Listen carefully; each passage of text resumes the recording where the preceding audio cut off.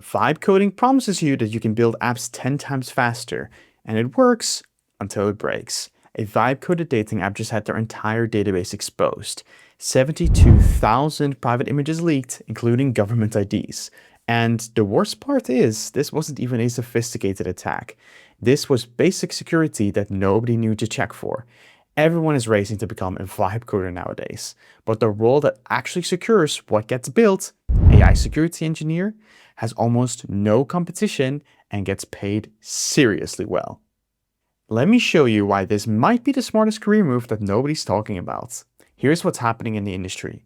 There are 30 million plus software developers worldwide, and 84% of them now use AI coding tools. That's up from 44% just a couple of years ago. Over half of them use AI coding tools every single day, and 41% of all code being written right now is AI generated or at least AI assisted. We are shipping software faster than ever, but at the same time, studies show 40 to 70% of AI generated code contains massive security vulnerabilities. Stanford, as an example, found that developers using AI assistants actually produced more security bugs than developers coding manually. And they were even more confident that their code was secure instead, which is a big problem, right? So we've got this massive acceleration in how fast software ships, with almost no acceleration in how fast the software gets secured properly. This means that software is more insecure than it's ever been. And the role that sits in that gap, well, almost nobody is filling it. Let me give you an example. The startup Enrich Lead. A founder built a SaaS product with Cursor, zero handwritten code, was entirely fab coded. 2 days later, attackers found the holes. They got into his Stripe account, refunded every customer, and emailed his entire leaked user list. He had to shut down completely. And this is not an isolated case. Security researchers scanned 2,000 vibe-coded websites and found API keys just sitting in the front-end code. One scan of over 1,600 apps built on Lovable found that 10% were leaking user data. Names, emails, even financial information. The vibe coders are shipping every day, but nobody is securing what they actually build.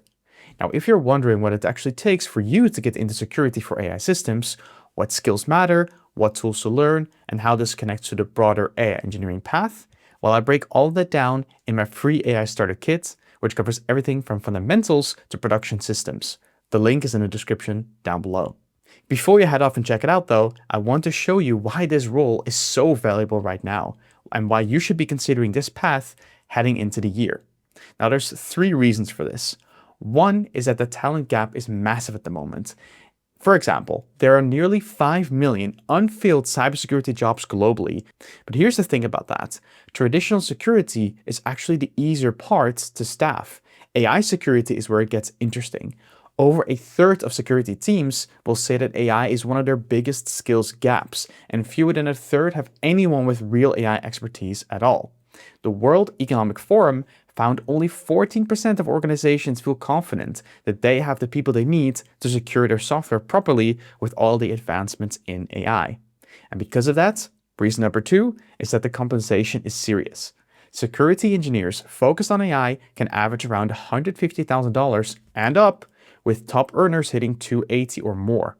At frontier labs like OpenAI and Anthropic, security engineers pull $400,000 to $600,000 total compensation, and that's of course the top of the market. It shows how much growth there is for you if you take this serious.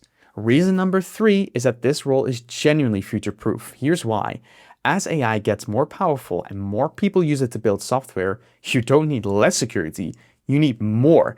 Every vibe-coded app that ships is another attack surface. The skills that you build here will become more valuable as AI adoption grows. You're not competing with AI, you're securing what AI creates. Now you might be asking, how do I actually get into this field? What do I need to learn? You're going to be essentially combining 3 skill sets. First is going to be your security fundamentals, understanding how to do threat modeling, penetration testing, and risk assessment. If you've done any app security work or you are already in the security branch, you're already halfway there. Second is a little bit of AI/machine learning knowledge. You need to understand at the very least how these language models work to understand how they try to break systems or how they write code that's insecure.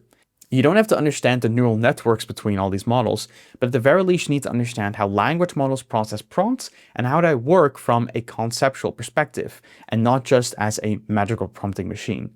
And third, you want to understand AI-specific attack techniques. And this is new knowledge that many existing security engineers don't know about.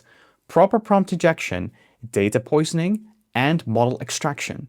One great way to get started is by exploring the OWASP Top 10 for LLM applications.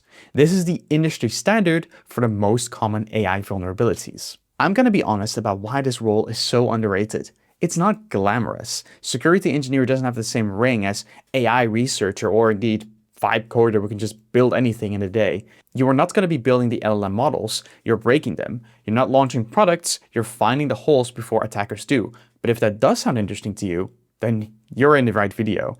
So let me bring all this together for you. If you want to go deeper on how to build these skills, my AI engineering roadmap breaks down the full path. So check it out in the description down below.